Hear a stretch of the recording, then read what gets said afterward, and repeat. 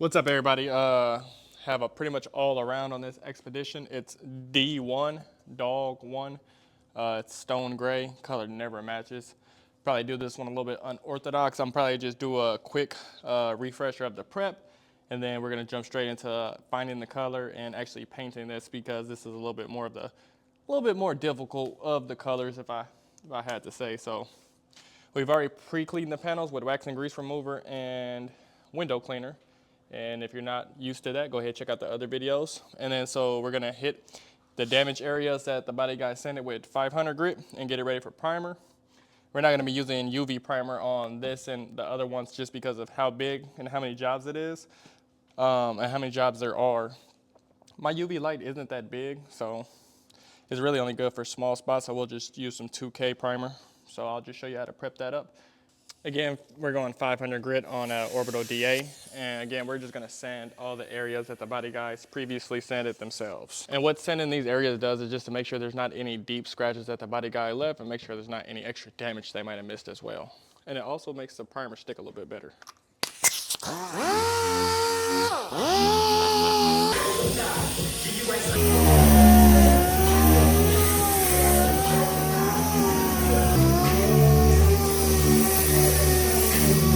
Alrighty, I should have inserted a couple of videos of me scuffing and prepping these, so that's pretty much done. Like I said, I have 800, everything else, and I have 500 grit, probably about 6 inches away from the body work. And then 500 grit is one of the lowest grits I can base over, so everything on here I can base. We just need to cover this with primer. So what we're gonna do is we'll just go ahead and clean this off, and then we'll tape out an outline for the primer in the multiple different spots that we have, and we'll throw some 2K primer over it, come back tomorrow and take care of it. Let's do it.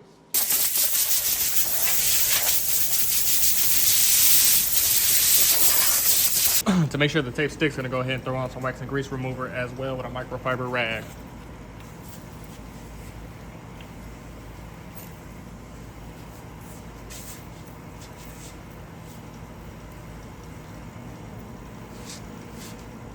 All right, and then once that's flashed off, we'll hit it with some glass cleaner and a microfiber rag. And this step isn't as necessary as the wax and grease remover to help the tape stick, but you wanna make sure your primer sticks, and the more you clean it outside the booth, the less we have to polish it once we're done. I like to put a decent amount on there.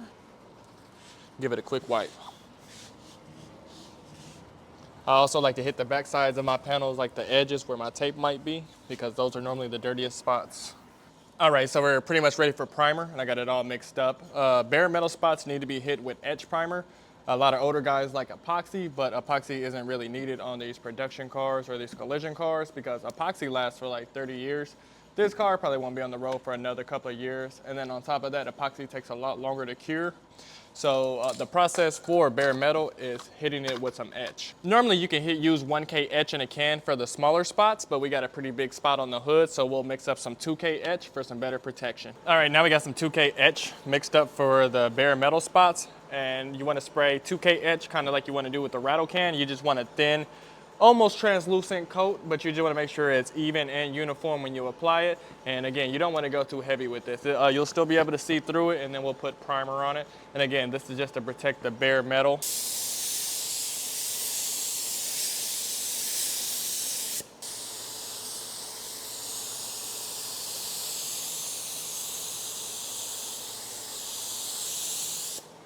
All right, we got the 2K etch primer pretty much flashed off. It's pretty much dry to the touch. Now we can apply our 2K gray primer. You can use dark gray primer. I like using light gray primer because it's easier for me to see. We'll put 3 coats of this on, come back tomorrow, block it and sand it, and then it should be ready for paint. All right, real quick tip about primer. The 3 coats, you want to start with your first coat as far back as possible. You want to put your second coat a little bit closer, and then you want to put your third coat directly over the damage itself. And that's just to make sure you have 3 coats only over the damage area itself and not over where it's not supposed to be. All right, we are back the next day. This is completely dry. Helpful little hint, make sure you open this door up and wipe it down with lacquer thinner, because you don't want your primer on the inside of there if there's no mud. We just want to focus on mainly covering the Bondo or the mud. So we'll grab some guide coat, some 320 on a block, and then we'll be able to sand this flat, and then we'll go from there. All right, this is some 320 grit sandpaper on a sticky back block. and you can grab just pretty much any block you want. I like this one because it has like rounded edges, and it's pretty much my go-to block for everything. Next, we'll grab some guide coat, do it like this, and we'll put it on there. The guide coat just helps us let us know when this area is flat. Also let us know what we have sanded already. The whole point of using the block is you have to remember where the body man put mud, and the whole reason for using the block is just to make sure the area is completely flat. If you don't block it and you just sand it with a DA, sometimes it'll ring out, which people call it an asshole, but what would happen is if you look kind of like down the panel, you'll just see an indentation of where the mud is. So you just want to make sure it's completely flat with this 320, and that's how you do it. Gonna go right up to this body line, and we're gonna go in a cross hatch method.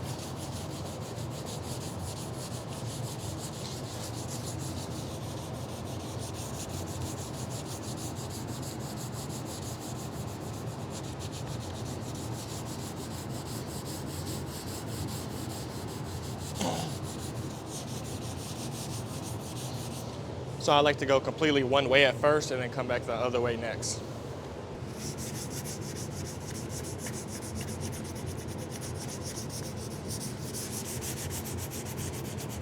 And that's kind of what you're going for. You want to keep the block completely flat and just go in both directions, the crosshatch direction, until you don't see any darkness anymore, which is the guide coat.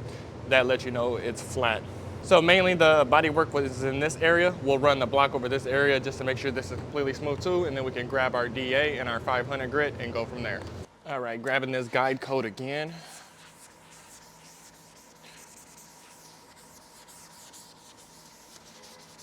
And then we're gonna run the DA over this until it looks completely uniform. Make sure we're looking for any dark, tiny spots, which are called pinholes, and then we'll fill them in as we go if we see any. We'll use 500 grit on a 6-inch orbital DA with a soft interface pad.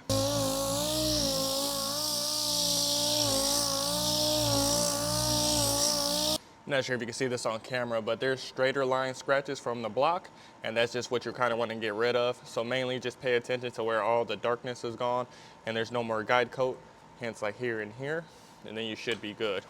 I like to hit the whole area that I primed to get any extra overspray and make sure there's no primer lines, because if there's a primer line, you'll be able to see that after you paint.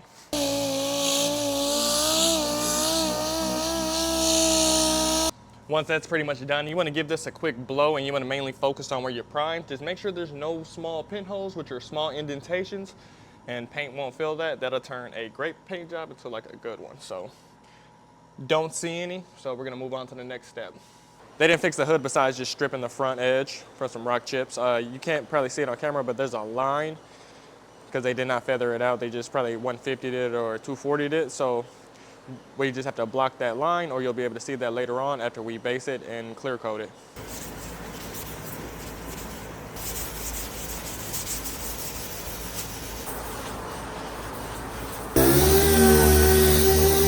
So we pretty much sanded all the primer spots. We blocked them and then sanded them with 500 grit on a DA. Next, we're gonna blow everything off, make sure we don't have any pinholes. We'll wipe it down, and then we can put it in the paint booth for tape. For wipe down, I like using wax and grease remover, and I like using that with a microfiber rag. This is just to make sure there's not any extra tar or any extra adhesives or anything that I missed before. Also, when doing this, you can check your primer and make sure it's straight. Make sure you don't see any humps, lumps, or bumps. Now with that wax and grease remover on the front of that door, and once it's on your rag, go ahead and hit the back side of that panel as well where your tape might sit. So it'll help that tape stick a little bit better. And then lastly, I like to hit it with glass cleaner with that same microfiber, and this is just for any extra dust that I might have missed. And this really helps your paint job become a lot more cleaner, so you gotta try it out if you haven't.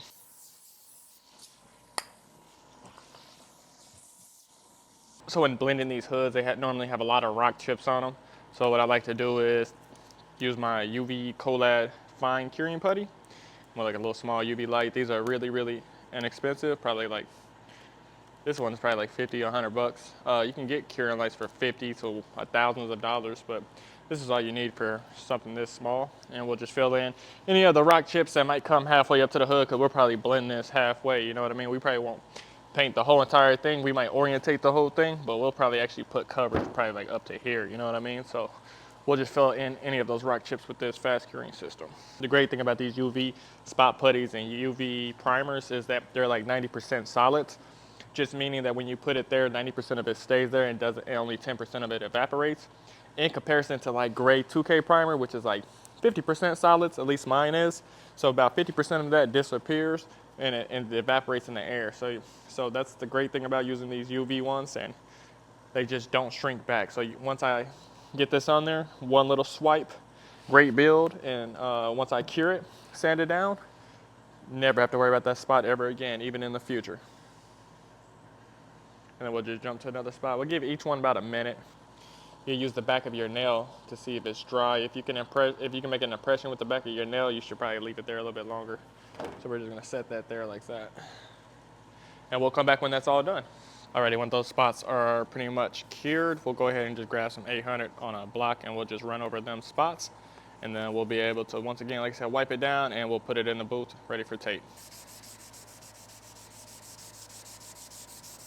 So once that's all taken care of, we'll blow it off one more time and wipe it off, and then we'll get it in the booth. Alrighty, I got it in the booth. Had to do a quick voiceover because I left the microphone at home. But real quick, I like to do waterborne in the booth only because we've already hit it with wax and grease remover so many times outside the paint booth. I like to do one rag wet and one rag dry. You can spray the panel, but I always tend to leave some and find it later when I'm painting. So I'd rather use the rags themselves. And I like to wipe until it's completely evaporated, because if I let it evaporate on the panel itself, sometimes I can see that later when I put the blender on. I like using the beige crystal tech rags before sealer to wipe off any dust particles that I might have missed with my microfibers. And then lastly, I like using my anti-static gun because all that wiping has created a static charge, which likes to attract dust particles from your clothes and the air. So this just helps me keep my project that much cleaner. A little trick that I've learned from TikTok is if you put fine line tape in between two panels, you won't get sealer inside the jamb, leaving a sealer's edge. Sealer always seems to go farther inside the door jamb than any base or any clear. So when you open the doors later, you always seem to see it. And if you use this fine line technique, it prevents any sealer from going inside there, leaving a much cleaner paint job. You just need to make sure you remove the fine line tape while the sealer is still wet. So right now we're using Spies Hector 5650 dark grade waterborne sealer. Every time I use a sealer, everyone asks me how do you prevent it from being so seedy, and that is just using the 5 to 10% reduction with water and also keeping the air pressure really low. I like to shoot it at about 24 psi.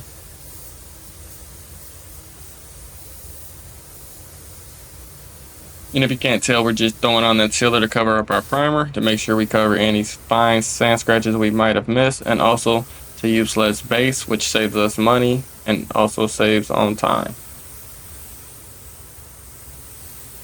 For sealer and base, I like using those green Centaur tech rags. You gotta kind of pull them apart to activate them. They have a lot less adhesive and tackiness than those crystal tech rags. So I like to use those over the base and again over the sealer, and just to wipe up any overspray or any particles that might have not laid correctly.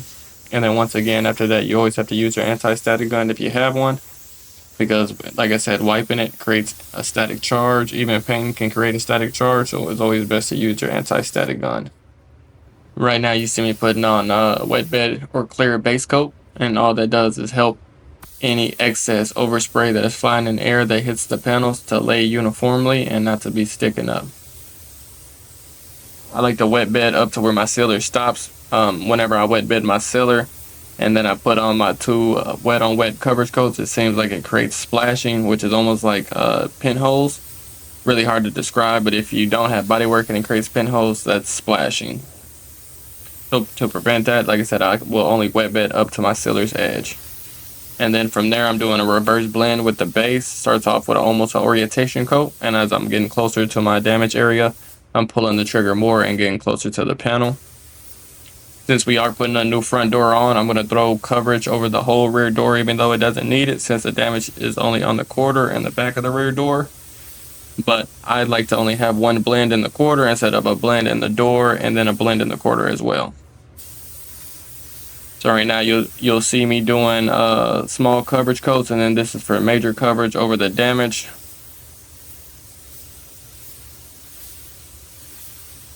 And right now we're just making sure everything is completely covered in the area that we worked on the most. And now we're doing our orientation coat. An orientation coat is just to make sure the flakes lay correctly on top. So you just want to pull your gun back a little bit and feather the trigger so your flakes come out a lot more slowly and aren't pushed all the way down deep into the paint. Luma 3 Sun Pro light coming in handy to check on coverage as it goes. Need a little bit more, and then we're on to the next. And then coming to the hood, which is another blend panel, you'll need wet bed as well to help them flakes and overspray lay correctly. And then after that wet bed is done, we're going to jump straight to the base. So the best way to spray the Spies Hector once again is the reverse blend, starting off with almost an orientation coat really far back, and then we're pulling the trigger more and we're scooting closer as we get closer and closer to the damage area.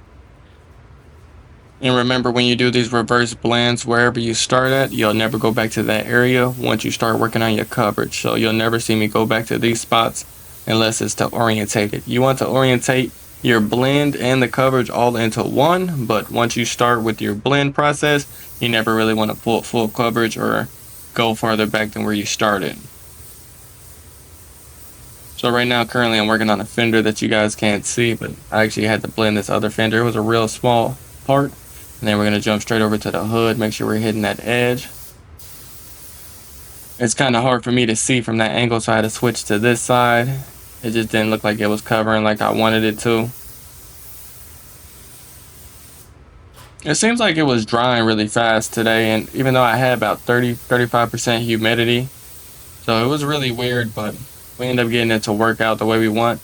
I ended up going horizontal and then or vertical and then going horizontal or going crosshatch, whatever way you want to say it. But if you ever struggle with the color, just crosshatch it. So go one direction and then go back the other direction with your actual coverage coats.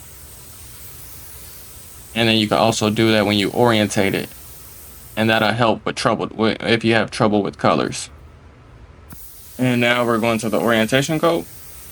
And again, you just want to be a little farther back, almost let the flakes fall on top, and then you just want to do it from where you started your blend down to the coverage.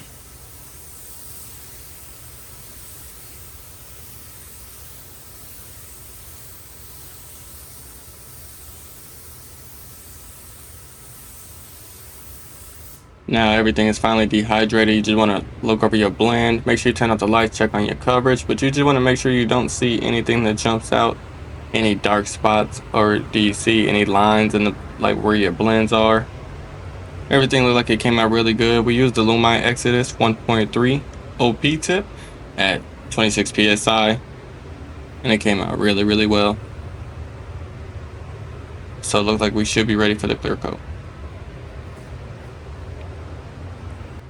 And for the clear coat, Luma 3 Exodus 1.5 OP. I always say lumaiii, but it's Luma 3 Exodus. I always say it wrong, but this is my favorite clear gun. It's user friendly, it's budget friendly.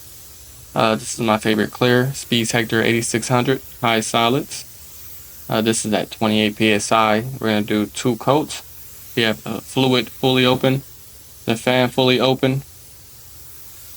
And what makes this clear my favorite is just how easy it is again to apply, how easy it flows out, or how nicely it flows out, and then how it has no flash time. So I can get right to it, the second coat, and just be done with it, you know what I mean? Because sitting in the booth, especially in the summer in these paint suits, it's horrendous. So the faster I can get out of these suits, the better I feel, and the better my day is going to be.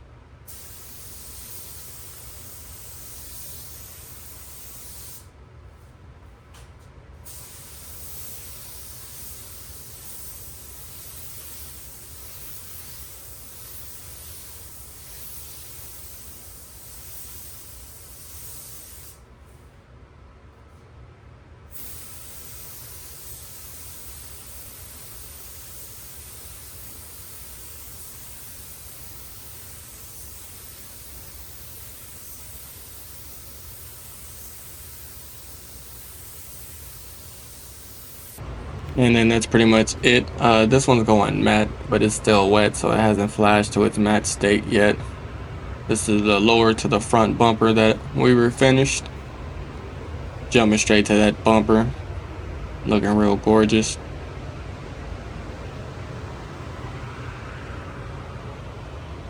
Perfect.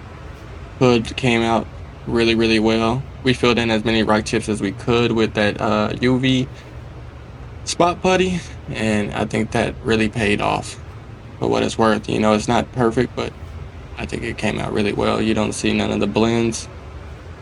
So I appreciate you for watching if you made it this far. Don't forget to like and subscribe if you get a chance.